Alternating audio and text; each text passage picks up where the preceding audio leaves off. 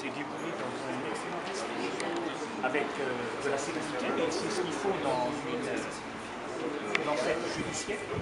Nous avons insisté sur ce qui nous apparaît être les irrégularités qui affectent le processus électoral de ces municipales, et notamment, à mon avis, le moyen le plus opérant, c'est celui que nous avons tiré de la mise en place d'une technique qui s'appelle le phoning et qui consiste à identifier les électeurs de sorte qu'une fois qu'on les a identifiés, on sait ceux qui ne sont pas venus, et à ce moment-là, on organise le phoning pour que cela vienne. Le rapporteur public qui conclut le rejet de notre protestation a reconnu que le moyen était sérieux, qu'il s'était bien réalisé, même si il considère que la preuve n'est rapportée que sur un seul bureau de Camargue entière, et à tout le moins, il justifie le fait du rejet, non pas sur l'absence de régularité, mais sur le fait que le quart de voix est un égard de voix relativement important. Nous en avons parfaitement conscience, puisque M. Laguerre a obtenu 12 000 suffrages, M. Carole 8 000, la différence est 4 000. Et c'est pour cela que nous avons invité la juridiction à évoluer avec la doctrine actuelle et à tenir compte du nombre de voix qui nous conviendrait de fournir pour éviter le balotage. L'écart est de 460 voix.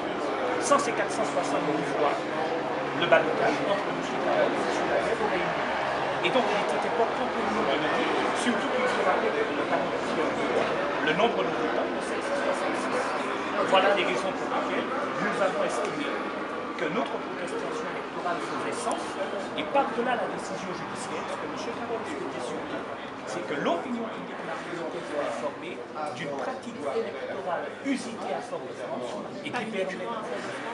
en tout cas, le dossier que j'ai me permet de dire que c'est à Fort-de-France et qui, à ce moment-là, a des incidences sur le résultat des élections. La pratique est totalement illégale. La difficulté en matière de droit électoral, c'est que vous devez à la fois prouver l'irrégularité, l'illégalité, ce qui est avéré ici, mais démontrer en quoi elle a pu affecter la sincérité du scrutin.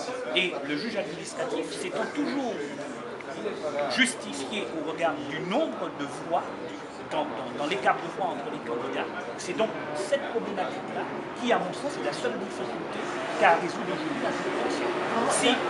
Si elle tient compte des 4 000 voix, ma protestation électorale sera rejetée.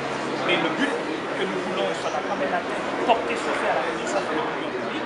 Et si par contre elle considère, comme je le pense moi, que les 470 suffrages qui ont permis l'interdiction du balotage méritent d'être sanctionnés, à ce moment-là, les élections seront annulées. Vraiment d'un mot, est-ce que le phoning, c'est appelé à voter pour un tel Le phoning, quand vous le faites, incontestablement, vous appelez des gens qui sont vos partisans.